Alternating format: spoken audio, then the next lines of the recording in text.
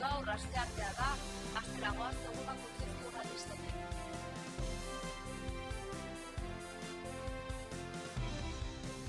Altsasuko auziko 8 gazteek istiluan parte hartu izana ukatu dute. Epaiketaren lehen egunean Guardia Zibilen bertsio errefuxiatu eta eurek gau hartan bizi izandakoa xehetasunez kontatu dute. Guardia Zibilek eta haien bikotekide gaur hasi dira deklaratzen Auzitegi Nazionalean.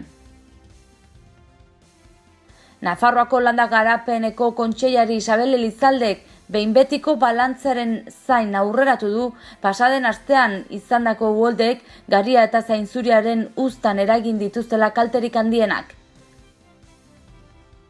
Nafarroan ere gaitzetsi dituzte Espainiako aurrekontuak. Parlamentuak dio aurrekontu egitasmoak krisi garaian areagotutako desberdintasuna finkatzen duela. Nafarroako zentro guztietan ezarriko dute eskolae programa. Ikasleek berdintasunarekiko konpromisoa adierazteko gai izatea da egitasmoaren helburua. Nafar Lansareak 5,6 milioi bideratuko ditu enplegua eta prestakuntza sustatzeko. Iruñan, hirian barrena oinez ibiltzeko mapa sortu dute. Migrazioei eta elkartasunari buruzko estatuko topaketa eginen da Iruñan apirilaren 20-tik 22. Altsasuko auziaren epaiketa izpide izango dugu gaurkoan ere. 8 gazteek istiluan parte hartu izana ukatu dute. Epaiketaren lehen egunean Guardia Zibilaren bertsioa errefuxiatu dute eta eurek gau hartan bizi izandakoa xehetasunez kontatu dute. 558 egun pasatu behar izan dira 2016ko urriaren 15ko goizaldean izandako liskarraren inguruko euren bertsioa entzun ahal izateko. Altsasuko auziko epaiketako lehen saioa izan zen atzo. 8 gazteek gau hartan zein ondorengo egunetan bizitako guztia xehetasunez kontatu eta berritu ahal izan zuten. Guztiek bertsio ofiziala irmo ukatu eta liskarrean parte hartu izana errefuxiatu zuten. Liskarra haiengatik terrorismo egozten diete bai fiskalak, bai akusazio partikularrak. Horretarako erabili nahi duten lotura da Espainiako segurtasun indarrak Euskal Herritik kanporatzeko aldarrikapenaren alde egotea. Dena den, auzipetuek ukatu egin zuten ospagu mugimenduko kide izatean. Epaiketa hasi baino ordu bete lehenago ikusmin handia zegoen Auzitegi Nazionalaren San Fernando de Henaresko egoitzan. Komunikabidean dana gerturatu zen epaiketako lehen eguna jarraitzera. Halaber, auzipetuen senideek zen Altsasuko herritar multzo zabal batek euren beroa eta elkartasuna eman zieten gazteei. 8 auzipetutatik 3 518 egun daramatzate preso behin-behineko espetxaldian. Horregatik, Guardia Zibilaren 3 furgonetak epaitegira gerturatu zirenean, altsasuarrek euren animoak helarazi zizkieten. Epaiketa ordu laurdeneko atzerapenarekin hasi zen eta 5 ordu luze iraun zuen saioak. Eta gaurkoan Guardia Zibilek eta haien bikotekide deklaratuko dute Auzitegi Nazionalean. Guardia Zibilek eta horien bikotekidek gaur asteartea deklaratzeko eguna dute Auzitegi Nazionalean goizeko 10etan hasita, Altsasuko 8 gazteen aurkako auzia dela eta. 2016ko urriaren 15ean agentei eta horien bikotekidei eraso egitea egotzi diete akusatuei. Laurak esan bezala 10etarako zeuden deituta Auzitegi Nazionalean San Fernando de Henares kaleko egoitzan fiskaltzaren akusazioaren eta akusatuen defentsen galderei erantzuteko. Gaurkoa bigarren saioa da, atzo 8 akusatuek Guardia Zibilen aurkako erasoan parte hartzea ukatu eta ospa mugimenduko kide izatea arbuiatu ostean. Auzitegi Nazionalak horien guztien aurkako epaiketa abiarazi du 2016ko urriak 15ean Altsasuko jaietan 2 agenteen eta horien bikotekiden aurka egindako erasoagatik Koxka tabernan. Fiskaltzaren iritzian akusatuek ospa mugimenduaren eta alde hemendik ekimenen baitan jardun zuten estatuko segurtasun indarrak Euskal Herritik kanporatzeko helburuarekin.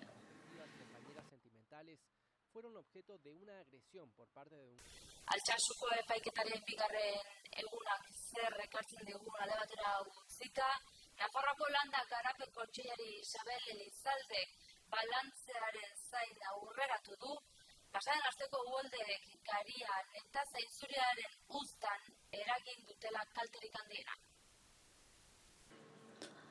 Orburua eta brokolia salbatuko dira ez, ordea garia eta zainzuria. Herriberako zainzuriaren uzan egin dituzte uholde kalterik handienak. Isabel Elizalde, Nafarroako Landa Garapeneko kontseilariak aurreratu duenez, urpean dauden eremuetako denak galdu dira eta Nafarroako zainzuri ekoizpenaren zati handi bat hartzen du horrek. Hala eta guztiz ere eta kalte denak neurtzeke dauden arren, Elizaldek aurreratu du 2015ko uholdeek baino kalte txikiagoak eragin dituztela joan den astean herriberan izandako uholdeek. Prebentzioak eta koordinazio onak kalteak arintzea lortu dutela azaldu du kontseilariak.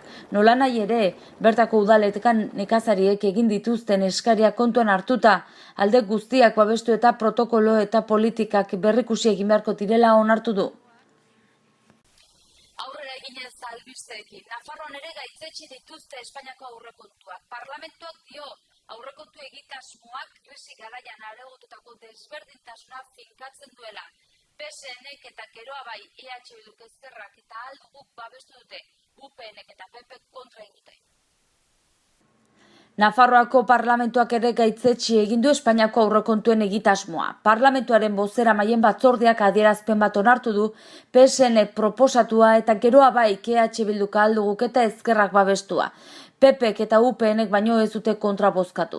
Adierazpen horretan parlamentuak dio aurkezturiko aurrekontuek krisi garaian areagotutako desberdintasuna finkatu egiten dutela, uko egiten diotela herritarren zati handi baten pobretzea ekarri duten murrizketei buelta emateari eta ez dutela bermatzen enpleguaren kalitatea, eskubide sozialen eta zerbitzu publikoen babesa eta eredu ekonomiko berria. Gainera, parlamentuak uste du Espainiako aurrekontuek Nafarroa kaltetzen dutela bereziki. Horregatik, erabateko arbuioa azaltzeaz gain, Espainiako Kongresuan ordezkaritza duten alderdiei eskatu diete ezezko botoa ematen diotela egitasmoari. Parlamentuko indar politikoek Nafarroak aurrekontuetan duen toki txikia nabarmendu dute batez ere. Geroa baiko Koldo Martinezek esan du aurrekontuek ez dituztela Nafarroako herritarren interesak aintzat hartzen. PSNeko Maria Txibitek berriz esan du Nafarroa aurrekontuetan gaizkien tratatzen duten lurraldealera eta Ezkerrako Jose Miguel Nuñek erantsi du aurrekontuek txarto tratatzen dutela Nafarroa pobrezia sortzeaz gain. Nafarroako zentro guztietan ezarriko dute eskolae programa. Ikasleek berdintasunarekiko konpromisoa adierazteko gai izatea da egitasmoaren helburua. Eskolae berdin bidean izeneko hezkidetza programak berdintasunarekiko konpromisoa adierazteko gai diren ikasleak lortzea du helburu. Iaz sortu zuen Nafarroako gobernuak eta 2016-2017ko ikasturtean hezkuntza maila guztietako 16 ikastetxe publikok hartu zuten parte egitasmoan. 3 urte barru eskola publiko eta itunpeko guztietan txertatzea aurreikusi dute.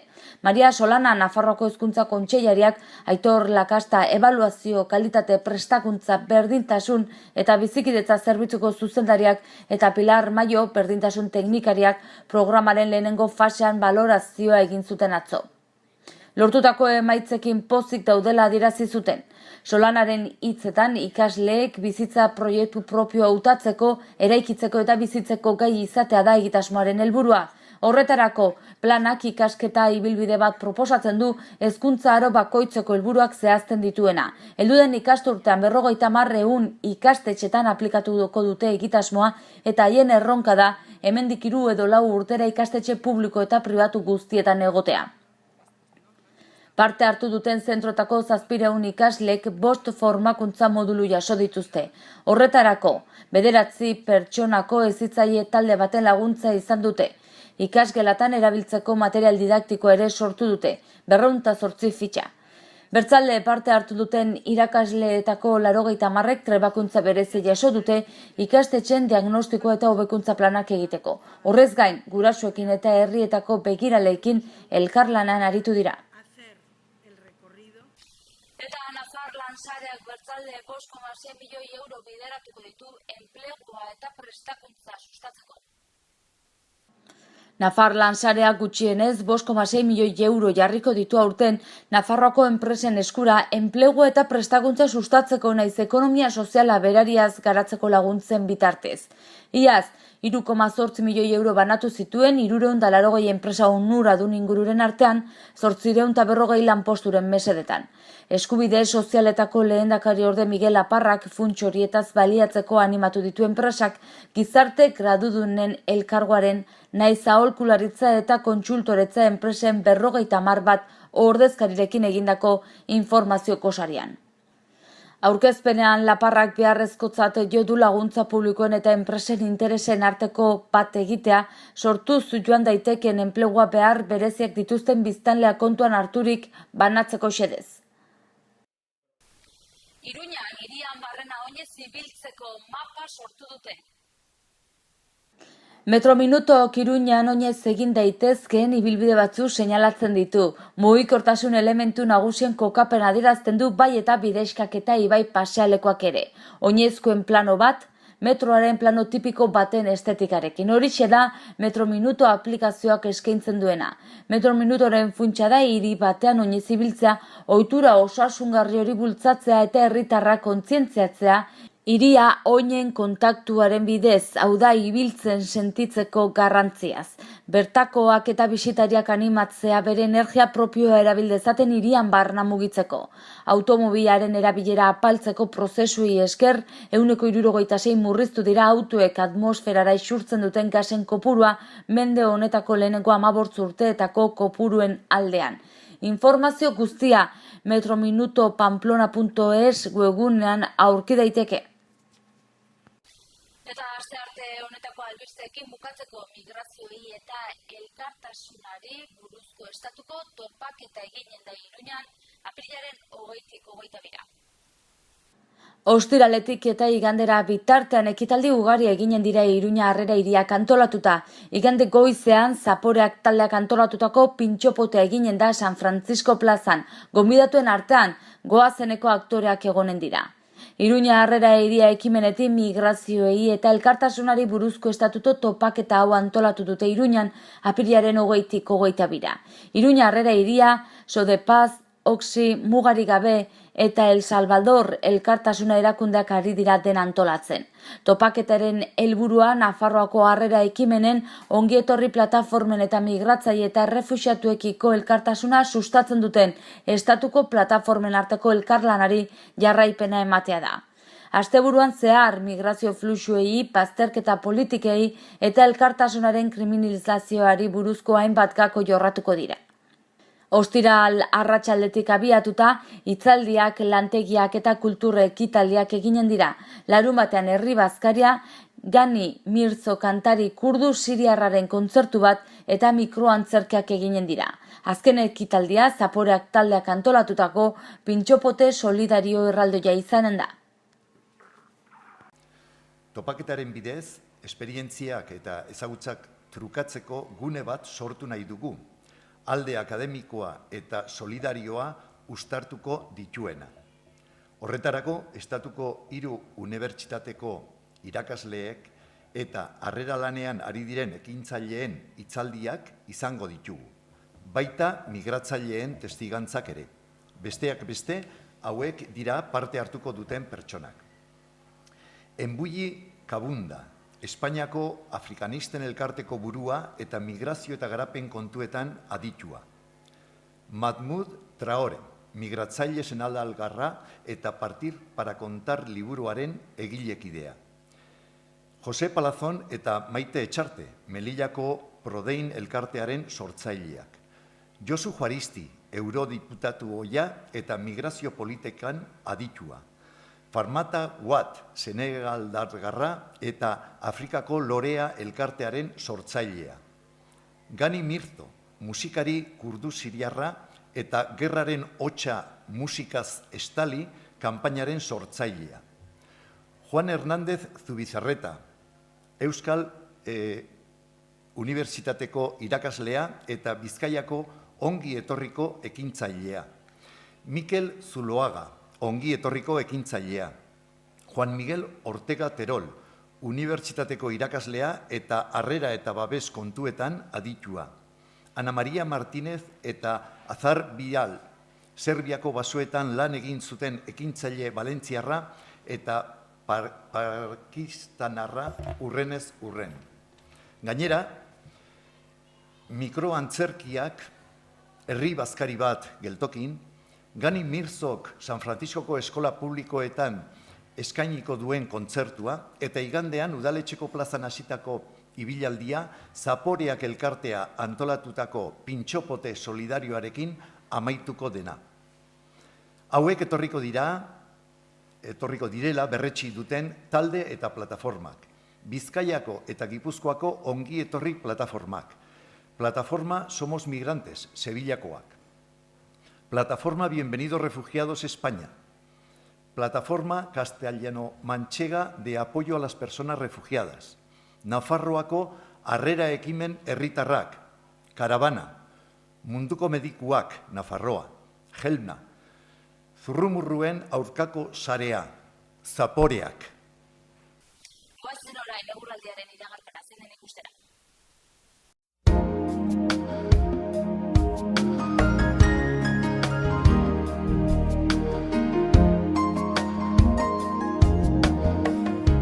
Goizean lanbroa eta lainoa eguzkitsu egongo da, goi laino batzukin zeruan, hego haizea ibiliko da, temperatura maksimoak nabarmen igoko dira. Asteazkenean zeruan laino gutxikin egongo da, goi laino batzukin bereziki egunaren lehen partean.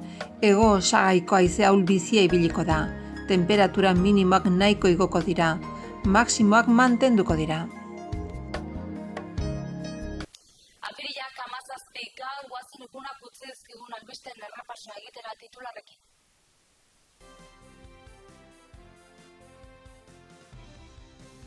Altsasuk auziko 8 gazteek istiluan parte hartu izana ukatu dute. Epaiketaren lehen egunean Guardia Zibilen bertsio errefuxiatu eta eurek gau hartan bizi izandakoa xehetasunez kontatu dute.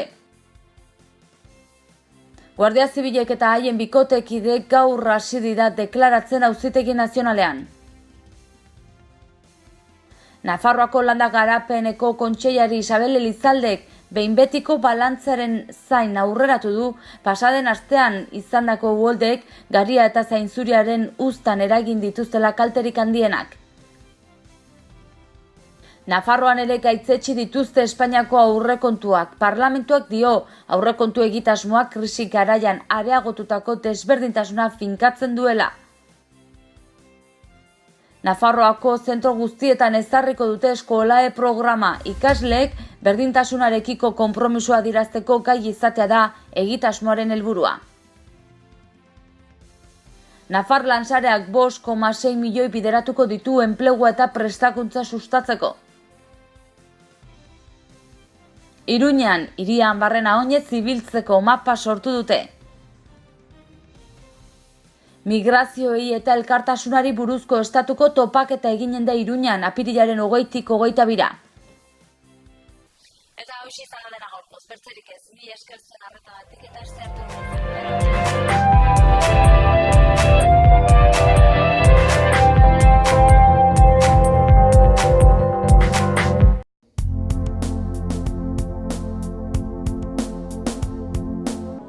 Gorritxon atsedenerako sistema hoberenak eta loaldi egoki batendako beharrezkoak diren produktuak aurkituko dituzu. 40 urte daramatzagu punta-puntako materialak eta marka hoberenak bezeroaren eskura jartzen. Deskansatzeko sistemetan aditua gara, sofak, koltsoiak, somierrak. Hurbildu eta eskuzabali jasoko zaitugu.